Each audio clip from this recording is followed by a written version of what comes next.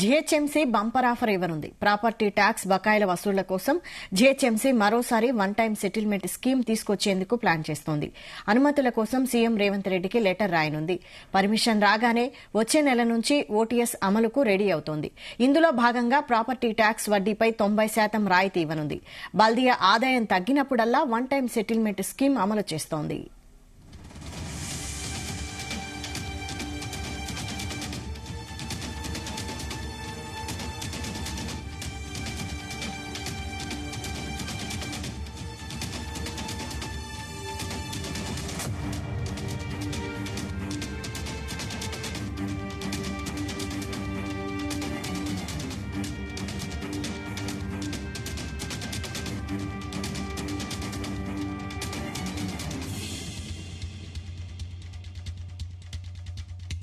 GHMC bumper offer ఇవ్వనుంది. Property tax బకాయిల వసూళ్ల కోసం జీహెచ్ఎంసీ మరోసారి వన్ టైం సెటిల్మెంట్ స్కీమ్ తీసుకొచ్చేందుకు ప్లాన్ చేస్తోంది.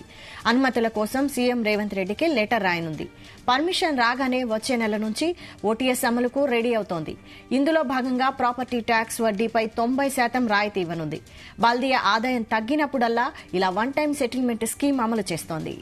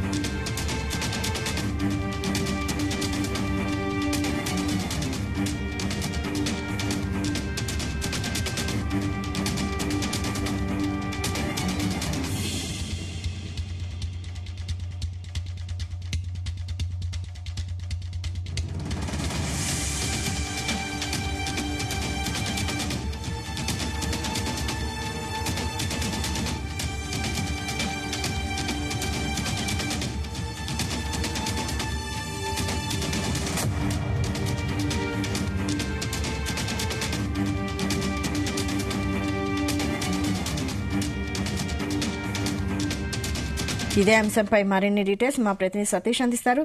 సతీష్, చెప్పండి, ప్రాపర్టీ ట్యాక్స్ బకాయిల వసూళ్ల కోసం వన్ టైం సెటిల్మెంట్ స్కీమ్ అమలు చేయనున్నట్టు తెలుస్తోంది జీహెచ్ఎంసీ. దీనిపై అప్డేట్స్ ఏంటి? వైశాలి, నగరవాసులకు జీహెచ్ఎంసీ భారీ బంపర్ ఆఫర్ కూడా ప్రకటించింది.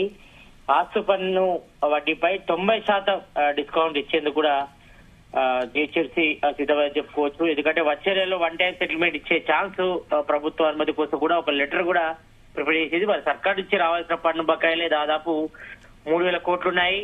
మరి జనం కట్టాల్సింది దాదాపు 2,500 కోట్లు ఉండడంతో దీనికి 10% వడ్డీ తీసుకున్న కూడా దాదాపు 1,150 కోట్లు అవుతుంది. మరి దీంతో చాలా ఏళ్ళ నుంచి, అంటే మనం ఫస్ట్ నుంచి కూడా చూస్తున్నాం, ఇటు జీహెచ్ఎంసీలు కూడా చాలా వరకు జనాలంతా కూడా, సిటీ జనం అంతా కూడా ప్రాపర్టీ ట్యాక్స్ బకాయిలు కోసం కూడా చాలా వరకు డిలే అవుతున్న పరిస్థితి కనిపిస్తుంది. దీంతో పేరుకపోయిన బకాయిలను కూడా రాబట్టుకునేందుకు ఒకవైపు జీహెచ్ఎంసీ ప్రాపర్టీ ట్యాక్స్ బకాయిల వసూల కోసం one time settlement scheme OTS తీసుకొచ్చేది కూడా ప్లాన్ చేస్తుంది. మరి సీఎం రేవంత్ రెడ్డి ఇప్పటికే దావోస్ పర్యటనలో ఉన్నారు కాబట్టి మరి ఆయన వచ్చిన తర్వాత స్కీమ్ కి సంబంధించిన అనుమతుల కోసం కూడా ఒక లెటర్ కూడా రాయనుంది. మరి పర్మిషన్ రాగానే వచ్చే నెల నుంచే ఓటీఎస్ అమలు కూడా సిద్ధమవుతుంది. మరి దీనికి సంబంధించి కూడా ప్రతిపాదన కూడా ఇటు జీహెచ్ఎంసీ కూడా సిద్ధం చేస్తున్నట్టుగా మనకు సమాచారం అవుతుంది. మరి ఇందులో బాగా ప్రాపర్టీ ట్యాక్స్ వడ్డీపై 90% రాయితీ కూడా ఇవ్వనుంది. మరి ఇది మాత్రం నగరవాసులకు కొంతవరకు గుడ్ న్యూస్ అని చెప్పుకోవచ్చు. ఎందుకంటే చాలా వరకు కూడా బకాయిలన్నీ కూడా పేరుకుపోయాయి. ఇటు ప్రాపర్టీ ట్యాక్స్ విషయాలు కూడా నగరవాసులు కొంత ఇంట్రెస్ట్ చూపట్లేదు. ఎవరు కూడా చక్కగా ట్యాక్స్ కట్టకపోవడంతో చాలా వరకు జీహెచ్ఎంసీ కూడా ఆదాయం కూడా తగ్గిపోతుంది. మరి జీహెచ్ఎంసీకి ఆదాయం తగ్గినప్పుడల్లా వన్ టైం సెటిల్మెంట్ స్కీమ్ అమలు చేస్తుంది ఇటు జీహెచ్ఎంసీ. మరి మూడుసారి 2020లో ఓటీఎస్ ను, అంటే వన్ టైం సెటిల్మెంట్ స్కీమ్ కూడా తీసుకొచ్చింది జీహెచ్ఎంసీ. మరి 2020 ఆగస్టు 1 నుంచి నవంబర్ 15 వరకు కూడా అప్పట్లో ఓటీఎస్ అమలు చేయగా, ఇటు 2022 జూలైలో కూడా రెండోసారి కూడా తీసుకొచ్చారు. మరి ఈ 2 సార్లు కలిపి జీహెచ్ఎంసీకి దాదాపు 700 కోట్ల ఆదాయం కూడా వచ్చినట్టుగా మనకు సమాచారం ఉంది. ఇటు 2024 మార్చిలో కూడా ఓటీఎస్ ద్వారా జిహెచ్ఎంసీ కి 322 కోట్ల రాబట్టాలు కూడా అనుకుంటుంది. మరి దీనిపై కూడా ఇప్పటికే ప్రతిపాదన కూడా సిద్ధం చేస్తుంది. మరి గవర్నమెంట్ నుంచి అప్రూవ్ రాగానే ఈ ఓటీఎస్ 90% రాయితీని కూడా అమలు చేసేది కూడా సిద్ధం అవుతుంది. మరి ఈసారి కూడా నిధుల సమస్య తలెత్తడంతో మరి ఓటీఎస్ తీసుకురావాలని కూడా భావిస్తుంది జిహెచ్ఎంసీ. ఎందుకంటే ఎప్పుడు జిహెచ్ఎంసీ లో నిధుల కొరత ఏర్పడినా కూడా ఈ ఓటీఎస్ స్కీమ్ కూడా తీసుకొస్తుంది. ఎందుకంటే కొంతవరకు నగరవాసులకు డిస్కౌంట్ ఇస్తే మరి చాలా మంది కూడా కట్టడానికి కూడా ముందుకు వస్తారు. ఎందుకంటే మనం గతంలో కూడా చూసాం, ఇటు ట్రాఫిక్ సంబంధించి డిపార్ట్మెంట్ లో కూడా ట్రాఫిక్ ఛానల్ కూడా పెండింగ్ ఛానల్స్ కూడా చాలా వరకు పెరిగిపోయినప్పుడు కూడా రాష్ట్ర ప్రభుత్వం కూడా దాదాపు 50% నుంచి 70% వరకు కూడా డిస్కౌంట్ ఇచ్చింది.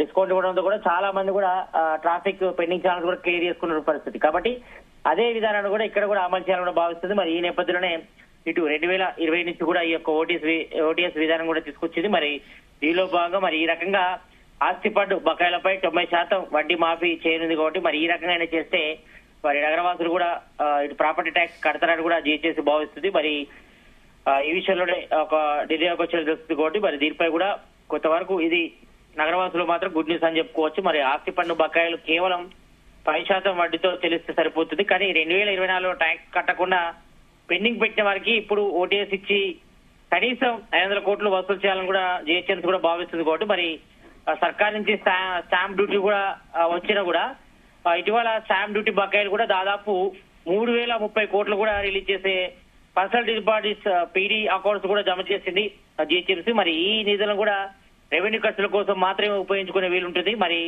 డెవలప్మెంట్ కోసం ఒకేసారి వాడుకునే అవకాశం లేదు. కాబట్టి మరి దీంతో జీతాలు, మెయింటెనెన్స్, లోన్ల రీప్లేస్మెంట్ కోసం కూడా వాడుకోనుంది జిహెచ్ఎంసీ. మరి పనుల కోసం డబ్బులు లేకపోవడం, కాంట్రాక్ట్ కూడా బిల్లు ఇచ్చేందుకు కూడా ఇబ్బందులు ఉండడంతో మరోసారి ఓటీఎస్ తీసుకోవాలని కూడా జిహెచ్ఎంసీ భావిస్తుంది. మరి దాదాపుగా జిహెచ్ఎంసీలో దాదాపు 4000 కోట్లు పెండింగ్ బకాయిలు ఉండడంతో మరి ఓటీఎస్ విధానాన్ని తీసుకురావాలని కూడా భావిస్తుంది. మరి దీనికి రాష్ట్ర ప్రభుత్వం సుముఖంగా ఉందో చూడాలి. ఎందుకంటే ఇప్పటికే రాష్ట్ర ప్రభుత్వం యొక్క ఆదాయం కూడా తగ్గిపోయింది. ఎందుకంటే ఇచ్చిన పథకాలు ఇంప్లిమెంట్ చేస్తున్న కూడా అప్పులు చేయాల్సి వస్తుంది. కాబట్టి మరి ఈ టైంలో మరి జిహెచ్ఎంసీ తీసుకొచ్చినటువంటి ఓటీఎస్ విధానాన్ని అమలు చేస్తుందా, లేకపోతే ట్యాక్స్ పేయర్స్ ఎవరైతే ప్రాపర్టీ ట్యాక్స్ ఉంటుందో మరి వారికి సంబంధించి ఆయన చర్యలు తీసుకుంటారా అనేపై చూడాలి. మరి 90% రాయితీ ఇస్తే చాలా వరకు కొంతవరకు ఆదాయం కూడా తగ్గే అవకాశం ఉంటుంది జిహెచ్ఎంసీకి.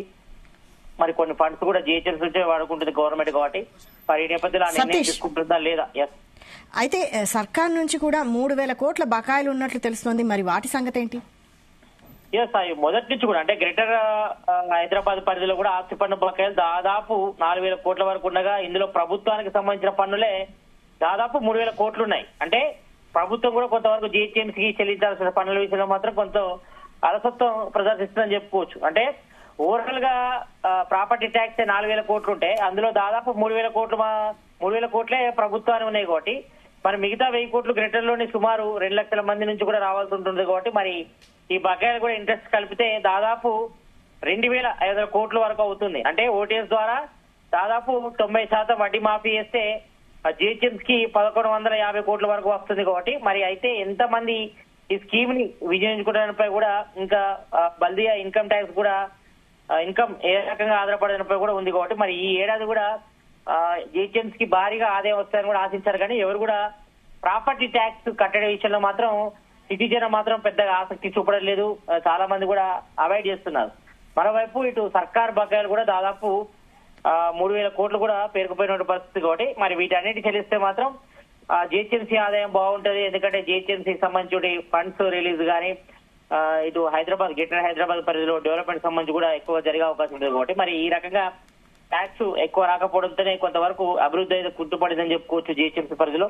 మరి ఈ నేపథ్యంలో రాష్ట్ర ప్రభుత్వం ఏం నిర్ణయం తీసుకుని చూడాలి. మరి ఇప్పటి వరకు అది మాత్రం మనకున్న లెక్కల ప్రకారం ఇటు ప్రాపర్టీ ట్యాక్స్ వసూలులో 5 ఏళ్లలో ఎన్నెలు లేనంతగా ఈసారి అధిక ఆదాయం వచ్చే అవకాశం కూడా ఉన్నట్టుగా తెలుస్తోంది. మరి గతంలో కొంతవరకు రాయితీలు ఇచ్చారు. ఓటీసీ విధానం కూడా తీసుకొచ్చినప్పుడు చాలా మంది కూడా నగరవాసులు అయితే కట్టారు. కానీ జిహెచ్ఎంసీకి ప్రభుత్వం నుంచి వచ్చే ఏ రకంగా నిర్ణయం తీసుకుని చూడాలి. మరి ప్రజెంట్ అయితే మాత్రం 2019-20 ఆర్థిక సంవత్సరంలో 1357 కోట్లు, 2020 నుంచి 21 సంవత్సరంలో 633 కోట్లు ఇటు ప్రాపర్టీ ట్యాక్స్ విషయంలో ఆదాయం కూడా వచ్చింది. మరి 2022 నుంచి 23లో 650 కోట్లు వచ్చాయి. ఇక 2023-24లో మాత్రం 1915 కోట్లు ఆస్తి పన్ను కూడా వస్తున్నట్టుగా తెలుస్తుంది. కాబట్టి మరి ఇప్పటి వరకు మాత్రం 2024-25 సంబంధించి 1420 కోట్లు కూడా వచ్చినట్టుగా లెక్కలున్నాయి. మరి మరో 2 నెలలు మిగిలి ఉన్న నేపథ్యంలో మరి ఓటేజ్ ద్వారా ఇంకా ఎంత మొత్తం రానుంది, మరి ఎంతమంది సిటీ జనం కానీ ప్రభుత్వం నుంచి వచ్చే ఆదాయం కూడా పెరిగితే మాత్రం సిటీలో మాత్రం కొంత అభివృద్ధికి అయితే మాత్రం జరిగే అవకాశం అయితే కనిపిస్తుంది. కాబట్టి మరి ఈ యొక్క ఓటీసీ విధానం ద్వారా జిహెచ్ఎంసీ ఆదాయం పెంచుకునే మార్గాలు అయితే అన్వేషిస్తున్నట్టు తెలుస్తా ఉంది. Thank you Satish.